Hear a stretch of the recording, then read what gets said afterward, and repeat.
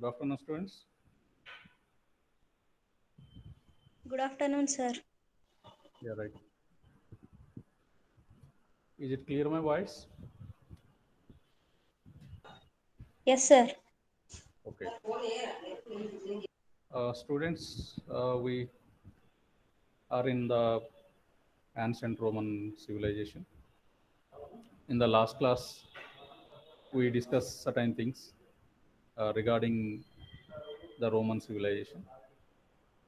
Before going to today's concept, today we are going to discuss about the administration and law in the ancient Roman civilization. And before going to that concept, you have to uh, give me 1 or 2 points what we discussed in the last class.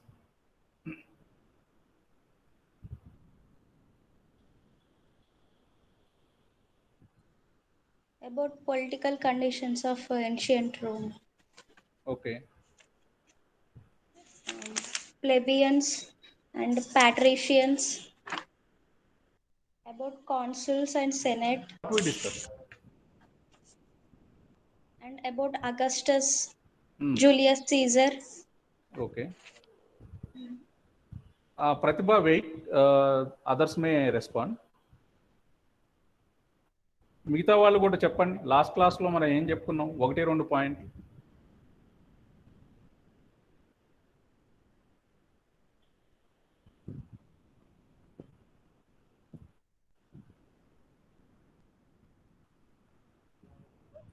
Please respond. Please respond.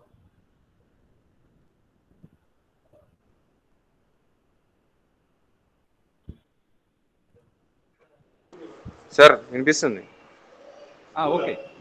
So last క్లాస్లో ఏం చెప్పుకున్నాం?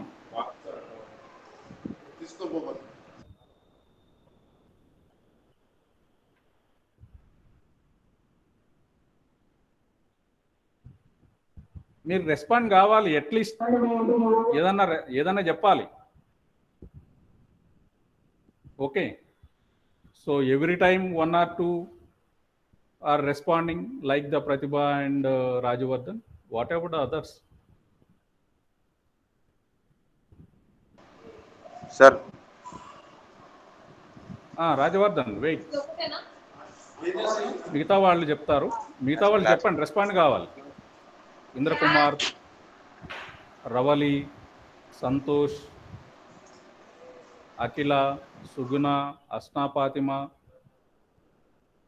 మీరందరూ మీటింగ్లోనే ఉన్నారు కదా?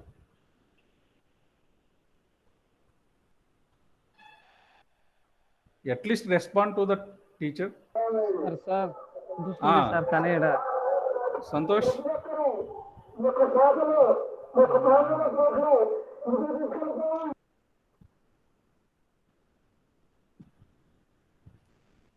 Okay right. ఇక మరి time waste చేసుకోవటం ఎందుకు? Okay. So I have to recap the points what we discussed in the last class. In the last class, we had certain things regarding the political conditions, particularly the political structure which followed in the ancient Roman civilization, how these political conditions turned from one phase to the another. In the initial phase, during the time of the Etruscans, like a monarchical form of government. During the time of the Latins, the domination of the Latins is turned into a republic. After the Latins, each turned into the empire. Okay. So likewise, there you see certain 3 phases in the political structure of ancient Rome. Okay. So within the monarchical form of government, we already discussed about the consul system, and also 2 magistrates will be appointed, and also with 300 representatives from only the patrician section. Okay. So and at the time of the emergency, they also appointed one a dictator. Okay. So the dictator may be continued up to the 6 months, not more than 6 months. Okay. So in the republic form of government, as a republic, which certain things have changed. Okay, so the Senate is continued like that, and one important advisory body also is there, and also appointing the dictatorship has continued. Okay, so and certain laws are, you will see, where all people are equal before the law and before the ruler. Okay, so then in the form of the emperor, empire, which turned into the empire, also certain changes has taken place where the dictator again turned into a monarchical form. Okay, so because in the republic form, you find in the second phase, and where you find certain democratic principles, and then which turn to the a monarchical form of government, which a combination of one or two dictators. Okay, it's like it's better to be called as the aristocracy also. Okay, so aristocratic character of the administration. Okay, so in the empire, how after turning to the empire, where you find the dictatorship. In the dictatorship, not only a single person ruled, they are also combination of one or two persons. Okay, so in the first triumvirate. Okay, so the first triumvirate, you see three dictators in it. One is Julius Caesar, and also Pompey, and Crassus. Okay, so these three formed into a first triumvirate, and they ruled up to 444 BC. And during the time of Julius Caesar, certain reforms has taken place according to the social welfare. He followed certain reforms also. Okay, so and he removed corrupted officials, and he divided certain whole Roman territory into certain provinces, and he appointed certain in charges to the provinces also. Okay, so and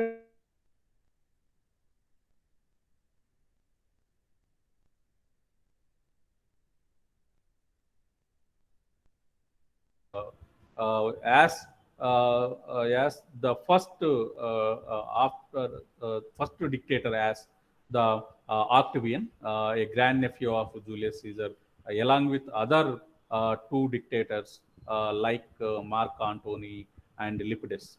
Okay, so this is called as the second triumvirate in the history of ancient Rome. Okay, so in this triumvirate, basically the Octavian who dominated. He killed Mark Antony and Lepidus, and finally he came to the rule with the name of the Augustus. Okay, so Augustus was a great personality, and his period in the history of ancient Rome called as the Golden Age, because he followed certain social welfare, and according to wish of the people he ruled. He followed certain reforms also. Okay, so certain reforms we already discussed in the last class, where uh, the Augustus, who maintained certain records regarding the wealth of the citizens, carried out in order to bring about fair distribution of taxes also. Okay, so the emperor kept poor people happy by supplying food grains free, and they worshipped as a god by the people, and he undertook public work scheme to bring out employment opportunities also. Okay, so he also appointed certain governors for every provinces, and they also followed certain census of the population, record of the census of the population at the time.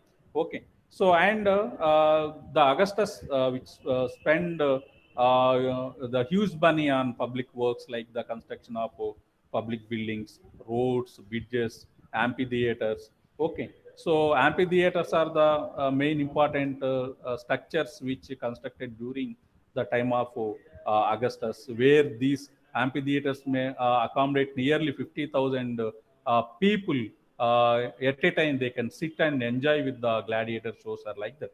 Okay, so it's amphitheaters are better to be called as open air theaters, right? And there are certain other beautiful structures also followed, like construction of these water fountains and Colosseum and aqueducts. Okay, so what not every modern concepts like supplying water from one place to the another and supplying goods from one place to the another through the roadways. Okay, so likewise he constructed certain roads and water channels also. Okay, so and he constructed highways from provincial cities to the capital, which served dual purpose. One is the facilitating trade and commerce, and one hand, and exercising political control on the other hand. Okay, so there is no doubt there is a saying that all roads are leads to Rome during the time of Augustus. Okay, so it is no surprise that Augustus could say with pride that he found Rome a city of bricks and turned it into a city of marble. Okay, so the Roman Empire under Augustus maintained the diplomatic and commercial contacts with a number of countries, including the China and various parts of the world at the time. And during his time, the first code of law, which came to be, which implemented during his time, which with the name of the 12 tables, in or around 150 BC, like that, which inscribed on the 12 tables of bronze and publicly displayed in the forum. Forum in the sense, a marketplace. Okay, so I will give you while moving with this law and order. Okay, so what are the important this code of laws which composed during the ancient times? Okay, after completion of the things about the administration, just we have a glance over this ancient law which followed in the ancient Rome. Okay, so and he Rome, which was an important city where, sorry, during the time of this Augustus, he encouraged art and literature. Okay, so he patronized many literates and certain great intellectuals also. Okay, so during his time, Livy, Roman historian, who wrote the annals, which is better to be called as history of Rome, and you also see a Virgil, a great writer. He was a great. His contribution was a poem called as the Aeneid. Okay, so and apart from him, many other like Ovid, Horace, Pliny, Matthias, like such intellectual class also in the court of the Augustus. Okay, so and during the Augustus period, which Augustus takes the credit for establishing the Pax Romana in the sense Roman peace. Okay, so which lasted for nearly 5 centuries. Okay, so such things we discussed in the last class, and apart from those, we also had a glance over the successors of these Augustus. Okay, so the successors of Augustus, which was firstly his son Tiberius, who came to the throne. Okay, so and the emperors after him, the emperors who ruled Roman Empire was somewhat alternatively good or bad, like the Caligula, a bad ruler, and Nero also another bad ruler who ruled Roman Empire. Okay, so in the long list of good emperors like the Marcus Aurelius, okay, so you also a great philosopher and a writer. Okay, so come a ruler. Okay, so his contribution was the great work, nothing but the meditations. Okay, so the general decline of the Roman Empire, which started after the death of Marcus Aurelius, and Constantine. After the Marcus Aurelius, the great important ruler was Constantine. During his time, the whole Roman territory was divided into the west and east. Okay, so Eastern Roman, which is as a which started, which has a capital of Byzantine. Okay, so later it called as the Constantinople as its capital, and the Western Rome is Rome city was its capital. Okay, so such the whole Roman territory was divided into the two parts. Okay, so after that, where the Eastern Roman Empire was, which is dominated by the Persians and Islamic invaders. Okay, so gradually the United Roman Empire was gradually declined. Okay, so we also had a glance over this fall of Rome and what are the certain factors which leads to the decline of Roman Empire, like that. Okay, so there are certain constant invasions of barbaric rights like Germanic and Gaul invasions, which gradually leads to the decline of the Rome and the succession of weak and incompetent personalities, Roman Empire, due to their weakness. And during the time of those emperors, the military is gradually weakened. Okay, so which is also a important factor for decline of this Roman Empire. Okay, so all these are certain things which leads to the Roman decline. Okay, so all those are the things we discussed in the last class, and today we are moving with the administration, how these Roman emperors are the earliest rulers of the Roman emperor, Roman civilization was followed such administration basically. Okay, so I have to give these things in the Telugu or like that, and first of all, I have to share my screen, and then I'll move to my explanation.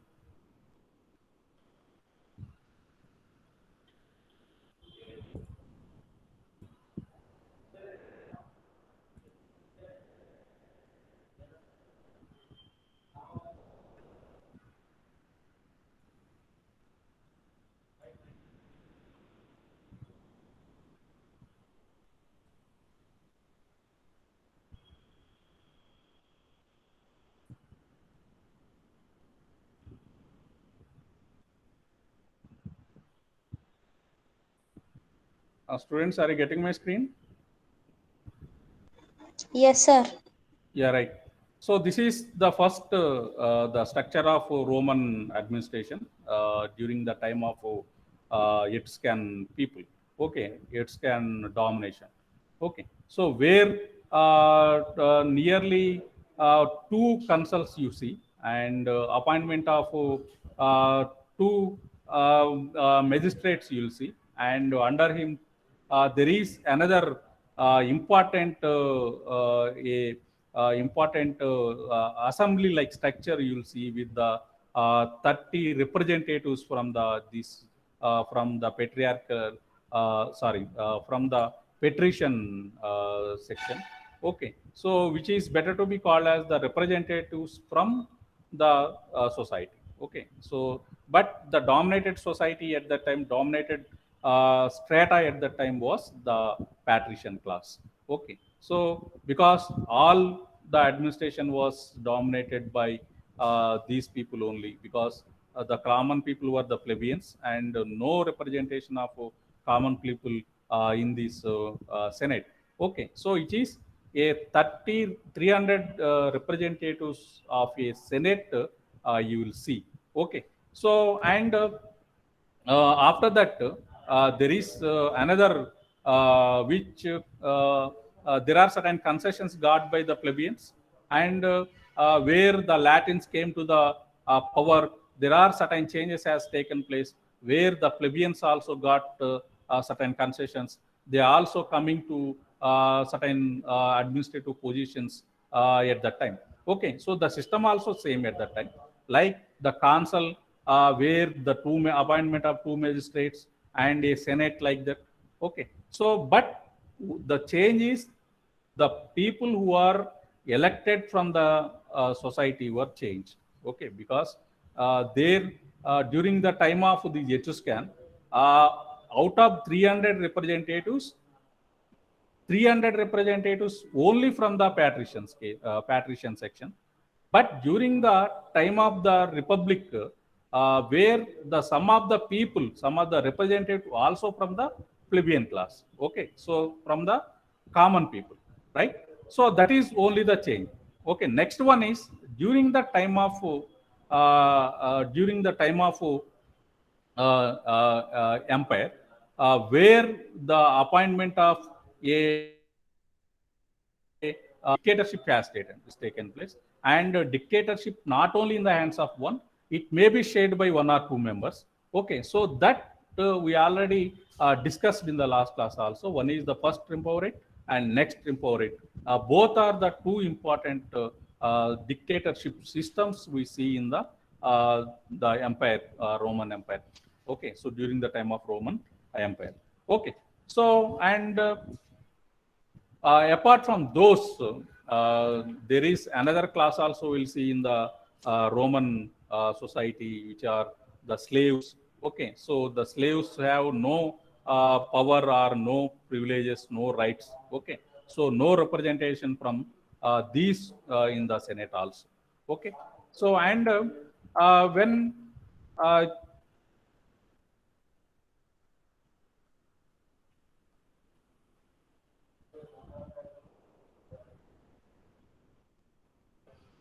okay, so I will share you another one.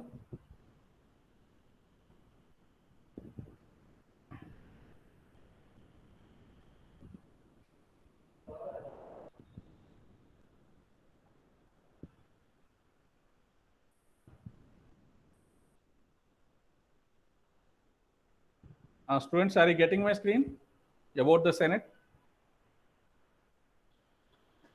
Yes, sir. Yeah, right. Okay, so Senate is one of the important assembly-like structure where the certain representatives from the Roman society, which elected to this body. Okay, so which is like a the advisory council in the initial stages. Later, which is making into a which turned into a making law-making body in the during the time of the empire. Okay, so before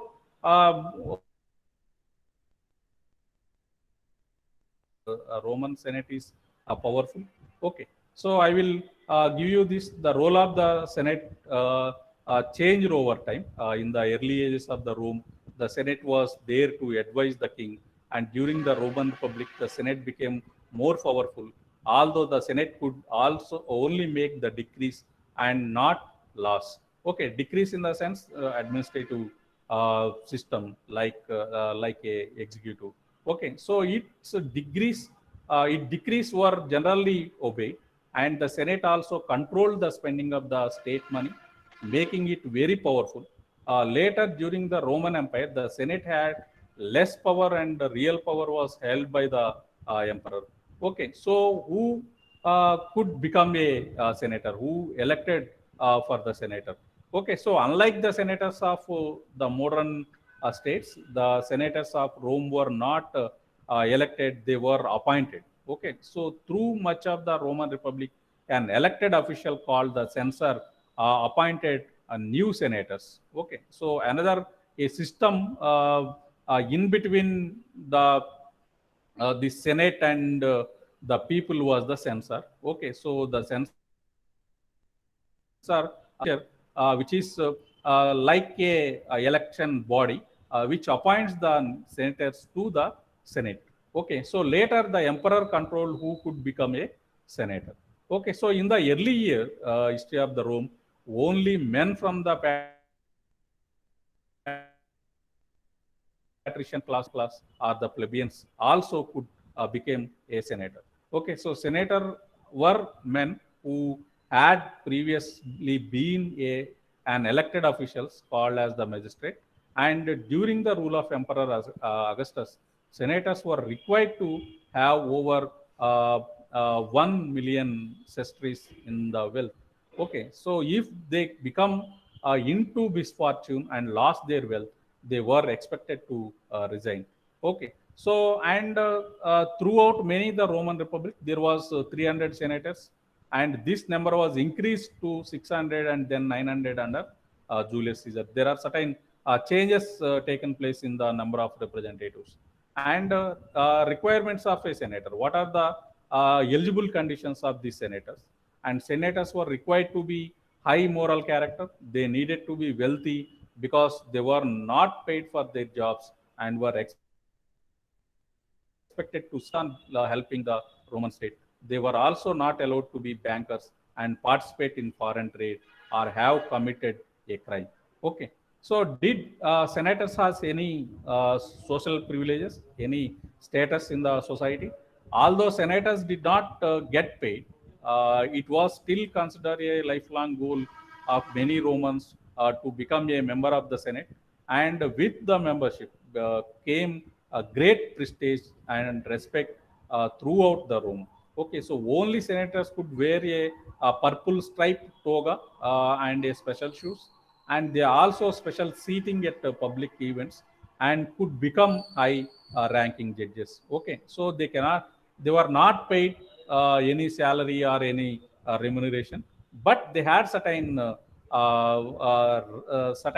status in the society.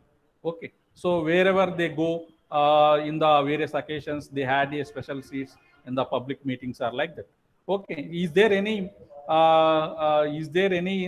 right of issuing degrees by these Senate? Okay, so the Senate could meet to debate current issues and then to issue decrees also to the current consuls. And before issuing a decree, each senator present would speak about the subject in order to seniority. Okay, there is certain discussion can taken place before making out a bill on the land order on anything.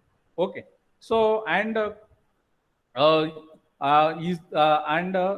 during the time of the discussion, there are certain voting also taken place. Okay, so once every senator had the chance to speak on a issue, a vote was taken. Okay, so in some cases, the senators moved to the side of the speaker or the chamber that they supported. This side with the most senators won the vote. Okay, so such the modern these law making bodies like the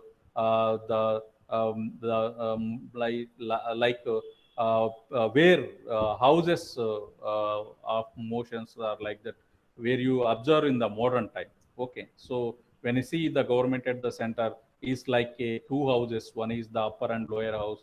Okay, so at the state governments also you see constant assembly and assembly and council of the state of council like a second house. Okay, so such setup you will see in the early ancient Roman time also. Okay, so these Senate maybe followed certain making of the laws, and before this Senate also will see certain code of laws are like that.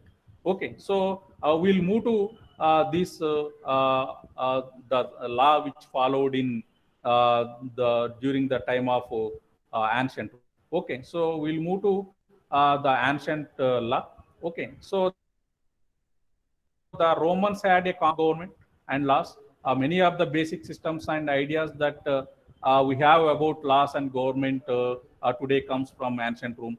Okay, so laws were made a number of different ways. The primary way of making official new law was through the Roman assemblies, and laws were voted on by the citizens who were members of the assemblies. There were other ways, however, that laws were implemented, including the plebeian council, decrees by the Senate, decision by the elected officials, magistrates, etc., and edicts by the emperor. Okay, so who enforced these laws? Okay, so the laws were enforced by an official called praetor, and the praetor was second highest ranking official in the Roman Republic after the consul, and the praetor was responsible for the administration of justice. And to keep the laws in the city, Romans had police force called the vigiles, and the vigiles dealt with the petty criminals like thieves and runaway slaves. And when more force was needed, like during riots or against gangs, other more military groups were used, such as the uh, Praetorian Guard and the urban cohorts. Okay, so and we'll see certain things like constitutional setup are like that you in the ancient Roman empire. Okay, so the Roman constitution was agreed upon set of principles that was followed by the Roman government, and it wasn't written down on any one individual laws. Okay, so it's not a written in the form, but there is certain laws maybe which is transferred from orally from one generation to another through the tradition and individual things. Okay, so the laws of the 12 tables was the better form of the laws which followed in the ancient Roman culture. Okay, so because many of the laws were unwritten or unavailable for the people to see, there was much room for corruption by public officials. The people eventually revolted against the leaders, and in 450 BC, some laws were written on stone tablets for everyone to see. These laws become known as the law of the 12 tables, where these can be erected at the public junkers or like at the forums. Okay, so like marketplaces. Okay, so where the every people, everyone can see and follow very easily. Okay, so many of the protections and rights given to people under Roman law only applied to Roman citizens, and it was a big deal to be a full Roman citizen. There were even different levels of the Roman citizenship, each one having more or less rights than the next also. Okay, is there any punishments during the ancient Roman Empire? You can see the punishments for the committing of a crime in Rome was not the same for everyone, and what punishment received dependent on the particular the severeness of the particular crime. Okay, so if you were a healthy patrician, you would receive far less punishment than a slave could bear the same crime. Okay, so the crime is the same, but the punishment may be different from one strata to the another strata. Okay, so the upper strata, like the patrician who had the committed the same crime, they had the less punishment, and if the same crime is followed by a slave, it has the severe punishment. Okay, so punishment is the different according to the status of a person, and the punishment could include beatings, lashings, exile from Rome, fines, or even death also. Okay, so it is depend on the severity of the crime. The Romans generally didn't spend people to prison for crimes, but they did have jails to hold people while their guilt or punishment was determined. Okay, so when you see the legacy of the Roman law, many aspects of the Roman law and Roman constitution are still used today, where you can see everywhere in the world. Okay, so every nation which followed at that time. Okay, so at present time also. Okay, these includes concepts like checks and balances, vetoes, separation of power, term limits, and regular elections like that. And many of these concepts serve as the foundation of today's modern democratic form of governments. Okay. So, and when you see certain interesting facts about the Roman law, the Romans had three branches of government, including the legislative assemblies, is like a branch of people, the Senate, branch of the nobles and patricians, and the council, executive branch. Okay. So, in the like the modern form of government, where the you see the executive, judiciary, like the system. Okay. So, the three structure where you at present you see in the every region of the world, the same thing was carried in the ancient Roman society. Okay, so like the legislative assemblies, like the Senate and also council. Okay, so the Roman women had limited rights as a citizens, and they could not vote or hold public office, but they could own property and business. Okay, so in 212 AD, the Roman Empire Caracalla declared that all freedmen in the Roman Empire were full Roman citizens. Okay, so Emperor Justinian I had the laws of Rome written down and organized. These laws became known as the Justinian Code and were throughout the empire.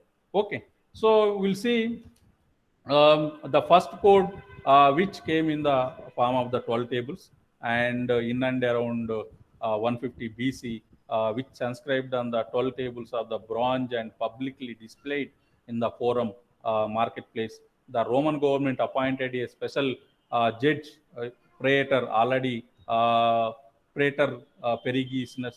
Okay, so Peregrinus, we already discussed, to look into matters related to the rights of foreigners living in the Rome also. Okay, like the ancient Greece, you also see certain ancient Egypt. You also see you can the certain separate courts for the foreigners and the natives also. Okay, so the Roman laws came to be completely classified and codified only after the lapse of several centuries, and the great Eastern Roman Emperor Justinian undertook this enormous task and succeeded in the completing the code named after him, the Justinian Code. Okay, so another important principle that they adopted was that all citizens, however high or low they may be, were equal before the law. Okay, so during the time of the Roman Empire, during the time of the Republican Empire, the law nature of the law is changed. Okay, so and all citizens in the society are which become a part and parcel of the Roman Empire. Okay, in the eyes of the government or before the law.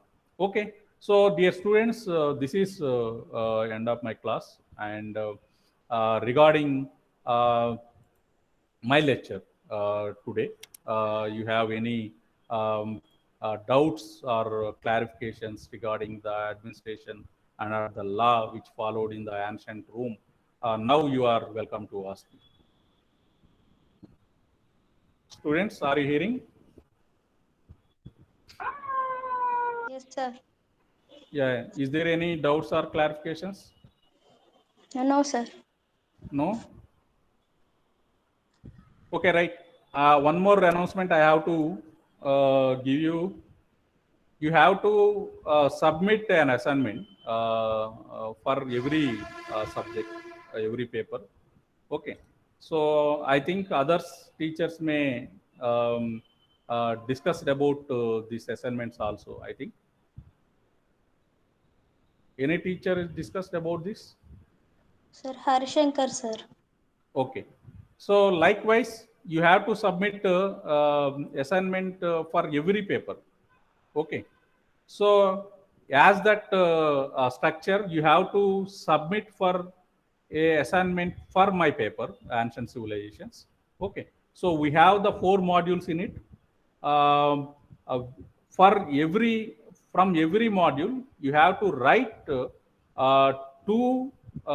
long questions, 2 essay questions, and you have to submit by 20th of this month, right? వినిపిస్తుందా students? Okay sir.